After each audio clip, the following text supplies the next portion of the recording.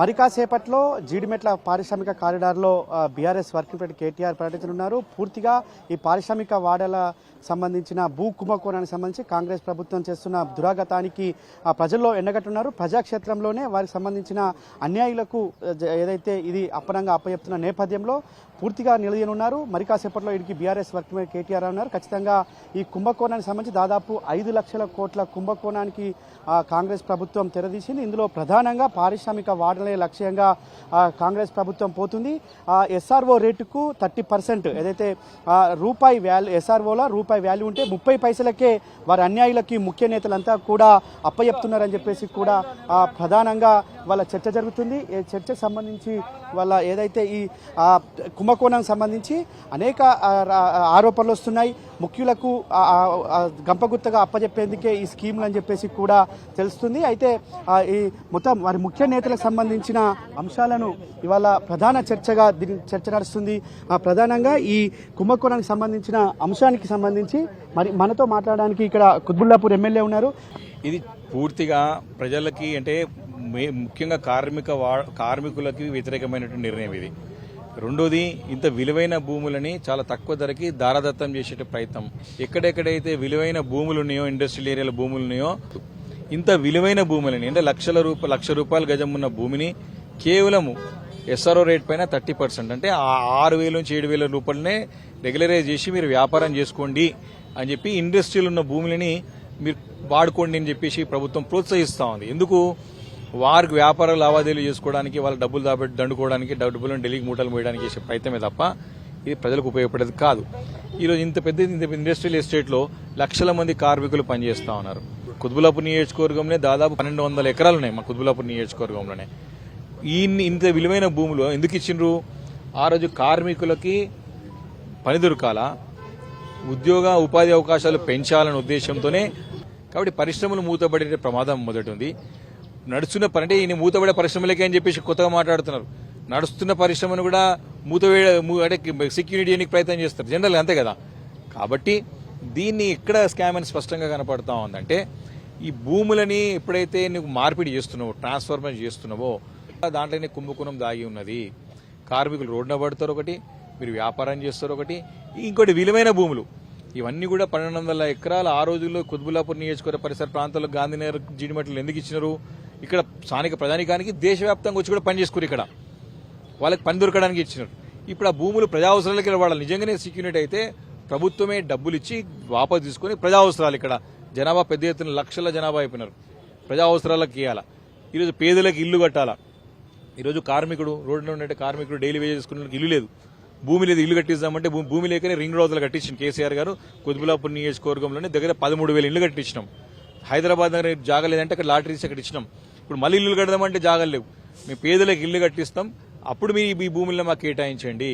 Indira mill అంటున్నావు కదా, ఇక్కడ కట్టి కార్మికులకు దగ్గర 10,000 మంది 12,000 మంది ఉన్నారు, అందరికి ఇల్లు కట్టి ఫస్ట్ ఆ భూములు తీసుకొని. నువ్వు దారాదత్తం చేయదు, పైసలు ఇచ్చి వాపసు తీసుకో, లేకపోతే 50% ల్యాండ్ తీసుకొని 50% రెగ్యులరైజ్ చేయి. అట్లా చేయాలి తప్ప కేవలము ఎవరైతే యజమానులు ఉన్నారో, ఎవరైతే పెద్ద పెద్ద బడాబాబులు ఉన్నారో వారికి లాభం చేయడానికే ఈ పాలసీ మనకు వస్తుంది తప్ప పేదలకి, కార్మికులకి, ప్రజలకి మాత్రం తీవ్రమైన నష్టం జరుగుతున్నది. అందుకే ఈ పాలసీని తీవ్రంగా వ్యతిరేకిస్తా ఉన్నాం. పాలసీని ఇక్కడ కాదు, ప్రతి ఒక్కరు కూడా ఇప్పుడు అర్థమవుతా ఉంది. దీని వెనుకల ఉన్న ఆంతర్యం ఏందో ఇప్పుడు అర్థమవుతా ఉన్నది. కాబట్టి ఇది మొదటిసారి కాదు రేవంత్ రెడ్డి సర్కార్ చేసే భూముల ద్వారా డబ్బులు దండుకోవాలనే ప్రయత్నం మొదటిసారి కాదు. మూసీ పరివాహక ప్రాంతంలో కూడా మూసీ బ్యూటిఫికేషన్ అని చెప్పి అక్కడ అన్ని భూములు లాక్కోవాలని చెప్పేసి పెద్ద ఎత్తున అరాచకాలు సృష్టించిన సంగతి మనం కళ్ళారా చూశాం. రెండోది, మరి ఎల్ఎన్టీకి సంబంధించినటువంటి మెట్రో భూములు కూడా చాలా ఉన్నాయి. ఆ భూములు కొట్టేయాలనే ఉద్దేశంతో వాళ్ళని కూడా ఇక్కడ తరిమేయడం జరిగింది. మూడోది, కంచే గచ్చిబౌలి భూములు క్లియర్గా కాదు నాయన అంటే కూడా భూములను కూడా తాకట్టు పెట్టి 10,000 కోట్ల రూపాయలు దండుకొని వచ్చినటువంటి సంగతి మనం చూశాం. ఇంకోటి, ముచ్చర్లలో కూడా దగ్గర 20,000 ఎకరాలని కేసీఆర్ గారు ఆ రోజు కాలుష్యకారక అయితే పరిశ్రమలని వాటిని తరలించడానికి చేసే ప్రయత్నం ఏదైతున్నదో దాన్ని వదిలిపెట్టి ఆ ముచ్చర్లలో ఉన్నటువంటి 20,000 ఎకరాలను కూడా తీసేసుకొని దాంతో రియల్ ఎస్టేట్ దందా చేస్తున్నాడు. ఏం లేదు, ఇప్పటికే చేసినప్పుడు 2 సంవత్సరాలైనా పని చేసినామంటే ఎక్కువ నయా పైసా పని చేయలేదు, ఒక ఇటుక పెట్టింది లేదు, అప్పులు మాత్రం 2 లక్షల కోట్ల రూపాయలు దాటిపోయినాయి. అప్పుల గురించి మాట్లాడాడు. ఈరోజు ముచ్చర్లలో పోయి అక్కడ కూడా ల్యాండ్ ట్రేడింగ్ చేసుకుంటా, ఇన్సైడ్ ట్రేడింగ్ చేసుకుంటా, ఆ సిటీ ఈ సిటీ అనుకుంటా ఉన్న సిటీని గాలికి వదిలేసి లేని సిటీని గాలిలో మెడల్ కడతా ఉన్నాడు. అదేదో రేజింగ్ అని పెట్టేసి కొత్త పెడతాను, పనికిరాని పని అంతా కూడా. కాబట్టి ఈరోజు స్పష్టంగా రేవంత్ రెడ్డి సర్కార్ విఫలమైంది. ఎప్పుడు ఏ భూమి దొరకాలో ఎక్కడ దండుకోవాలనే ప్రయత్నమే తప్ప వేరే పనే లేదు వారికి. వారు ఇప్పటికీ ఇది 4వ కుంభకోణం ఇది. కాబట్టి ఎన్నైనా సరే భూముల పైన అని తెలిసింది ఒకటే, రియల్ ఎస్టేట్ బ్రోకరిజం ఒకటి తెలుసు రేవంత్ రెడ్డి గారికి.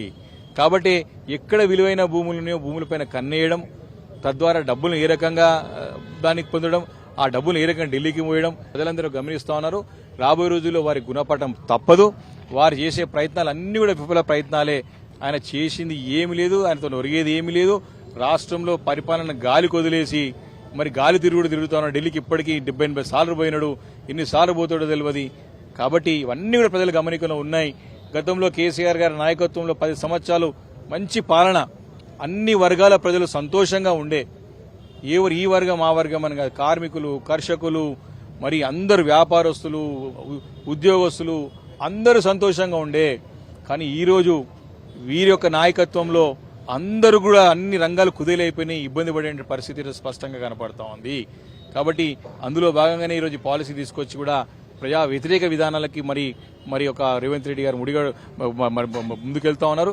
కాబట్టి దీని అన్ని కూడా ప్రజల దృష్టికి తీసుకెళ్లి ప్రజలతోని మరి తప్పకుండా పోరాటాలు చేసి ఈ ప్రభుత్వానికి గుణపాఠం చెప్పేవారు కూడా బీఆర్ఎస్ పార్టీ ఊరుకోబోదని, మా పాత్ర ఖచ్చితంగా ప్రతిపక్ష పాత్ర ఖచ్చితంగా మేము పోషిస్తాము. వాళ్ళ తప్పులను ఎత్తి చూపుతాం, తప్పులు సరిదిద్దే ప్రయత్నం చేస్తాం. సరిదిద్దుకునే ప్రయత్నం చేసినట్టయితేనే ప్రజాక్షేత్రంలో ఉంటారు తప్ప మా ఇష్టం వచ్చినట్టు పోతాము, నియంత్రిత పోకడలు పోతే మాత్రం వారి గుణపడం తప్పదని చెప్పి కూడా ఈ సందర్భంగా హెచ్చరిస్తా ఉన్నాను. మీరు చెప్పండి, వాళ్ళ మల్కల్గిరి పార్లమెంటు మినీ ఆసియా అంటారు. అలాంటి మినీ ఆసియాలో చాలా పారిశ్రామిక వాళ్ళని, అలాంటి పారిశ్రామిక వాడల్లో ఈ విధంగా ఇవాళ భూ కుంభకోణానికి తెరదీసింది కాంగ్రెస్ ప్రభుత్వం, ఎట్లా చెప్పొచ్చు? కాంగ్రెస్ పార్టీ ఈ ప్రభుత్వం వచ్చి 2 సంవత్సరాలైంది.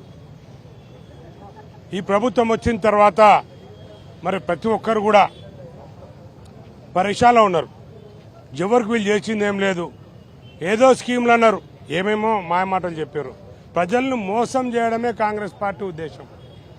ఈ రోజున మరి ఏవైతే ఇండస్ట్రీస్ ఉన్నాయో దాదాపు 10,000 ఎకరాలు 5 లక్షల కోట్ల విలువైన మరి భూములను హైదరాబాద్లో ఇండస్ట్రీస్కి ఎప్పుడో 30-40 ఏళ్ల కింద అలాట్ చేసిన ఇండస్ట్రీస్ని ఈ రోజున మరి ఇండస్ట్రీస్ని అన్నిటి కూడా తీసేయాలని చెప్పి మరి రియల్ ఎస్టేట్ చేయాలి.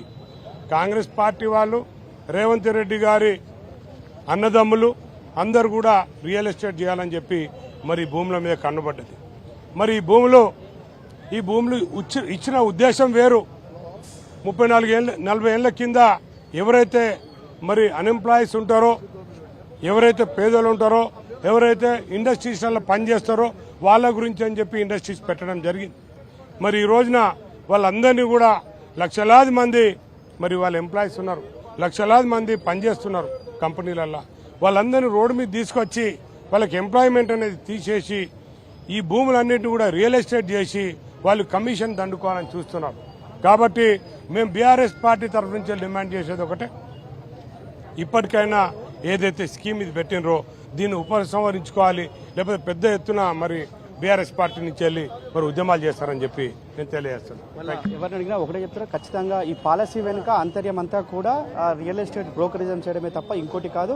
వాళ్ళ ఇది కాంగ్రెస్ పార్టీకి 1,00,000 కోట్ల రూపాయల ప్రజాధనాన్ని దుర్వినియోగం చేయడమే లక్ష్యంగా కాంగ్రెస్ ప్రభుత్వం పనిచేస్తుంది. అందులో భాగంగా ముఖ్యమంత్రి, ముఖ్య నేతలంతా కూడా పాల్పంచుకోవడమే ఈ ప్రధాన ఎజెండాగా చెప్తున్నారు. ఇవాళ లక్షలాది మంది కుటుంబాలు ఇవాళ రోడ్డున పడితే ఈ పారిశ్రామిక విధానాన్ని పక్కన పెడితే ఇవాళ లక్షలాది మంది కుటుంబాలు ఇవాళ గాల్లో పోతాయి. ఇవాళ మినీ ఆసియాగా ఉన్న ఈ ఇండస్ట్రియల్ కారిడార్ అంతా కూడా ఇవాళ కొలాప్స్ అవుతుంది. రియల్ ఎస్టేట్ వ్యాపారానికి పెద్దపీట వేసేందుకే ఈ కుట్రలు కుతంత్రాలు ఈ కాంగ్రెస్ ప్రభుత్వం మోసాలంటూ కూడా వాళ్ళ ప్రతి ఒక్కరు చెప్తున్న పరిస్థితి కనిపిస్తుంది.